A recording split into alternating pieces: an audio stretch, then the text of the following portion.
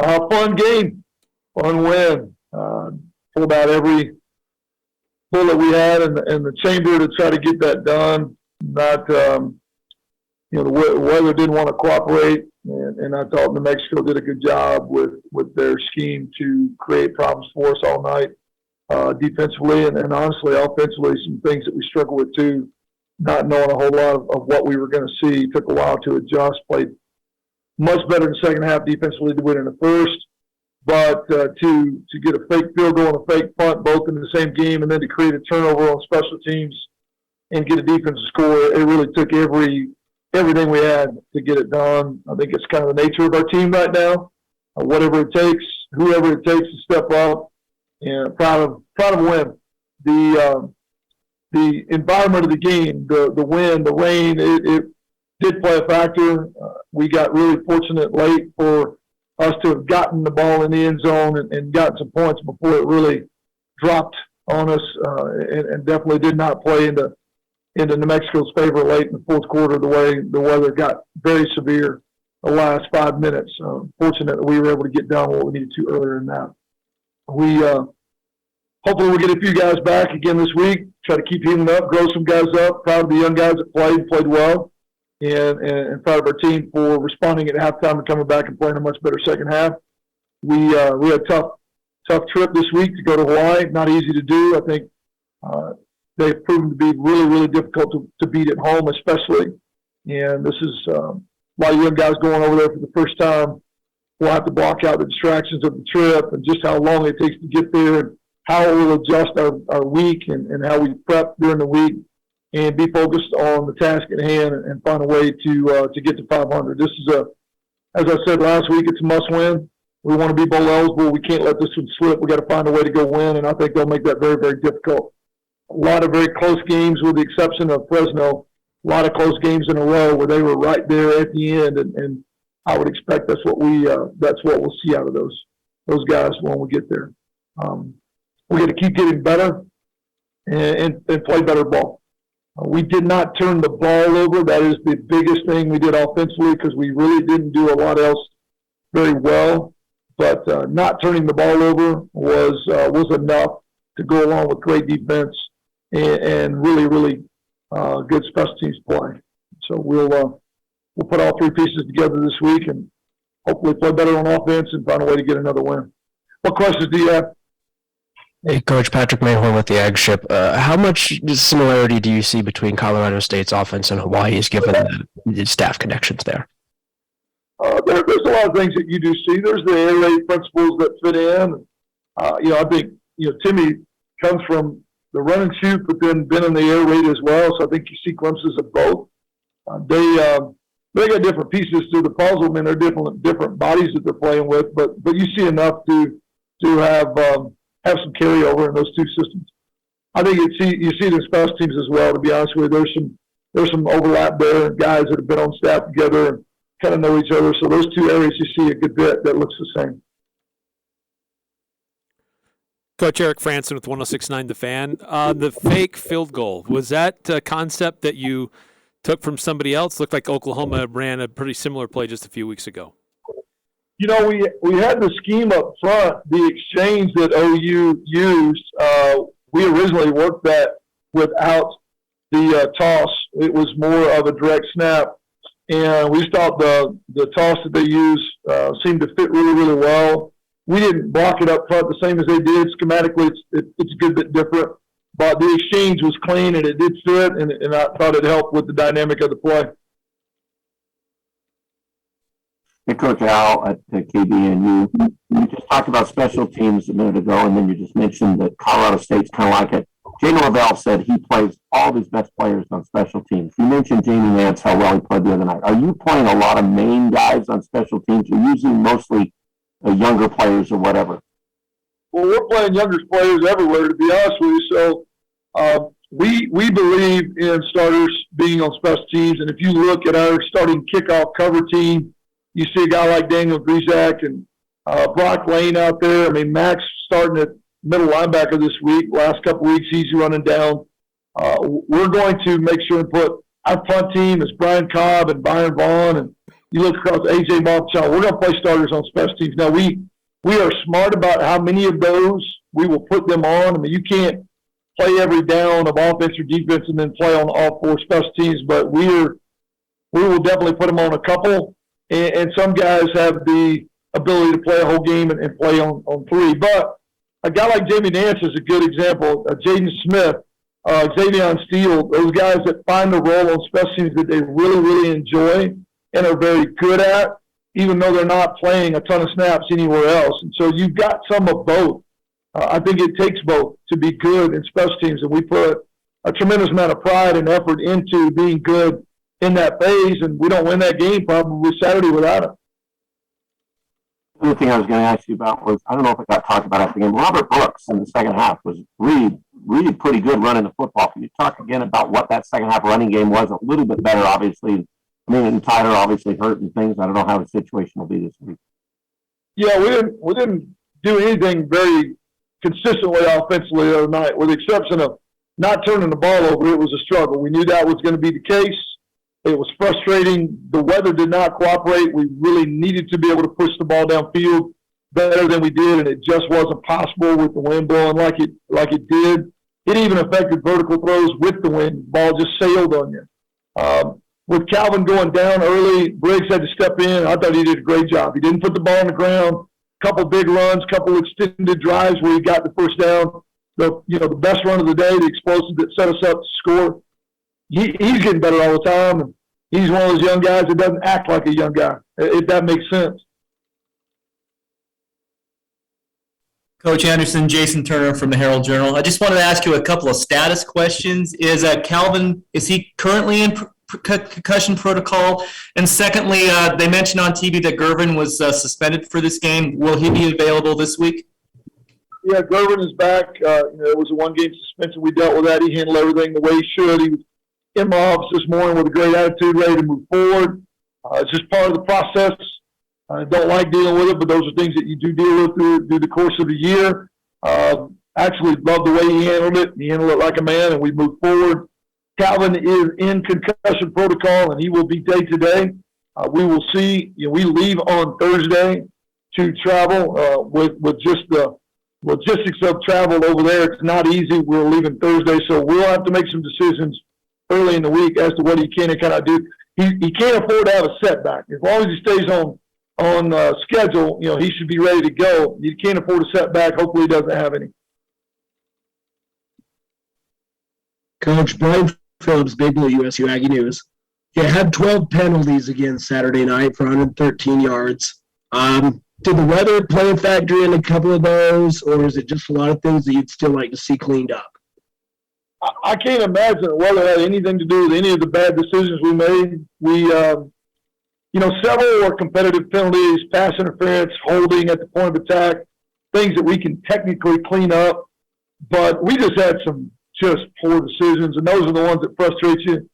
I know Max is the freshman player of the week this week, but he had two personal fouls that are just careless, one of which I thought was probably a poor flag. The other one he absolutely earned. Sturzer being kicked out, he earned that one as well. We did well for a couple weeks, and we've kind of slipped back into it. It's something we got to get away from. We're lucky to win. We've got to be more disciplined than that. We talk about it, preach it, and show film of it every single week. At some point, we got to grow up, and that is the frustrating part of what we're doing right now is those inexperienced mistakes, and it's gonna cost us a game somewhere. It already has throughout the early part of the year. Can't afford for it to cost us one down the stretch. Patrick Mayhorn with the Ag Ship again. To follow up on that, it seemed like there was a moment in sort of the half.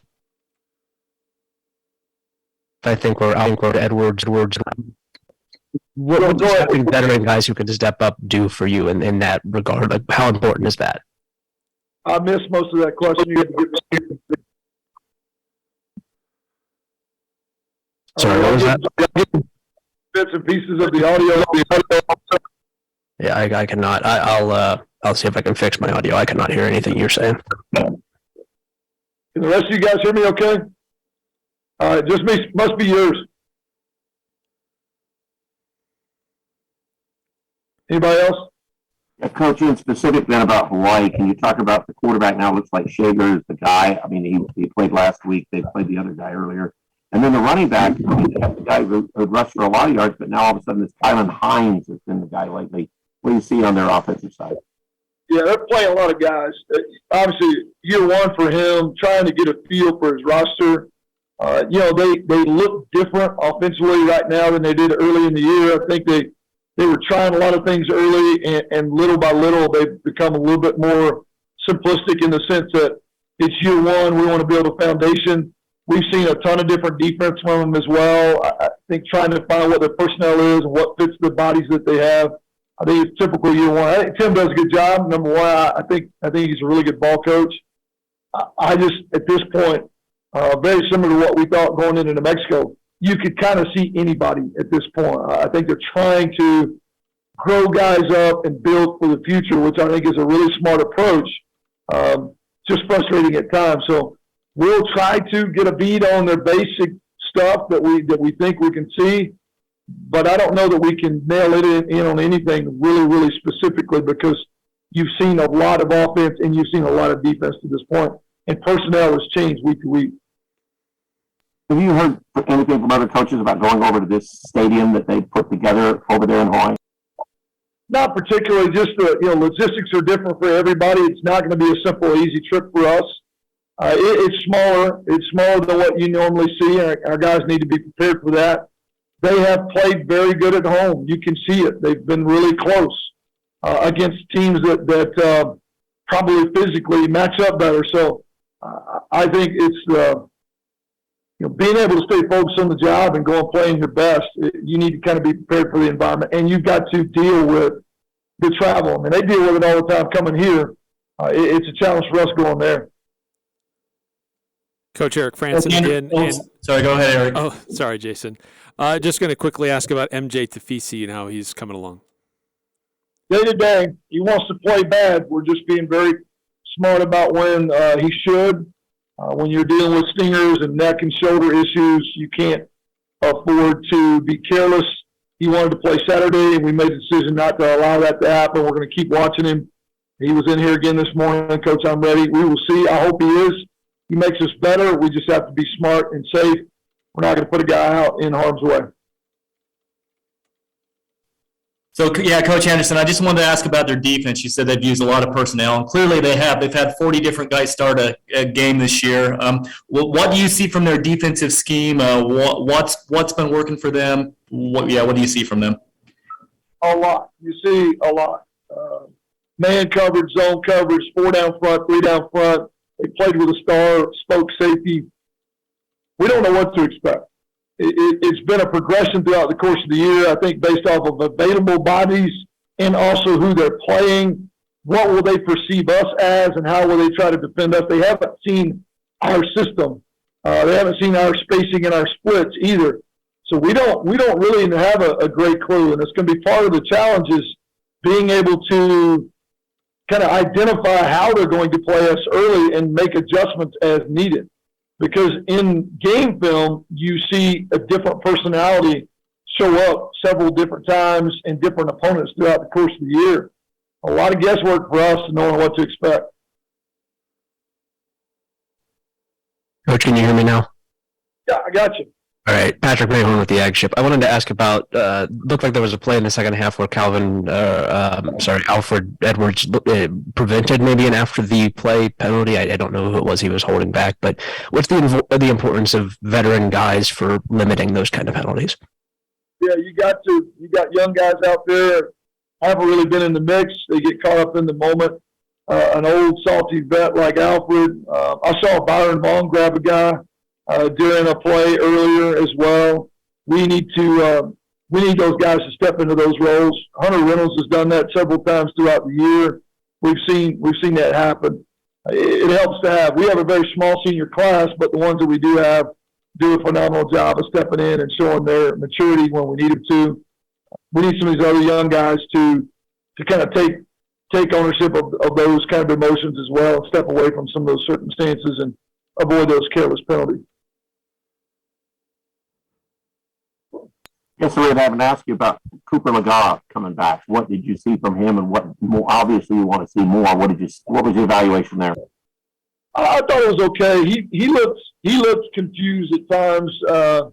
Rocky and Danny, that defense is kind of built around chaos, and they did a good job of grabbing his eyes. You could tell he's frustrated on the sideline. I was hoping that he would have a kind of a seamless transition back on the field, but that particular defense made it a challenge for him. He didn't turn the ball over. Took a couple sacks that we'd love to have gotten away from. Missed a couple guys. The weather didn't help. It was a struggle to connect the dots.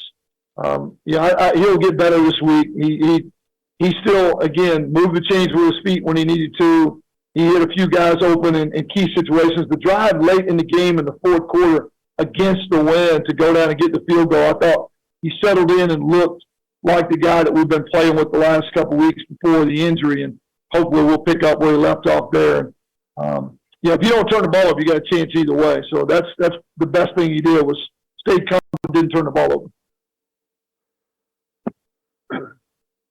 Anybody else? Guys, I'll leave y'all with this if anybody's listening. Today would have been my youngest son's 22nd birthday. We haven't talked a lot about mental health since the Mental Health Awareness Week. But it's just a reminder, if there are those that are listening that are hurting, please reach out and speak up to folks. There's a 988 crisis hotline that is available that's could be utilized as well. I just encourage people that mental health is something we got to think about, and we got to attack every day. And today is a reminder to me of the cost if we don't. So step up, speak out, and lean on those around you that God's put in your path. So have a great day, guys.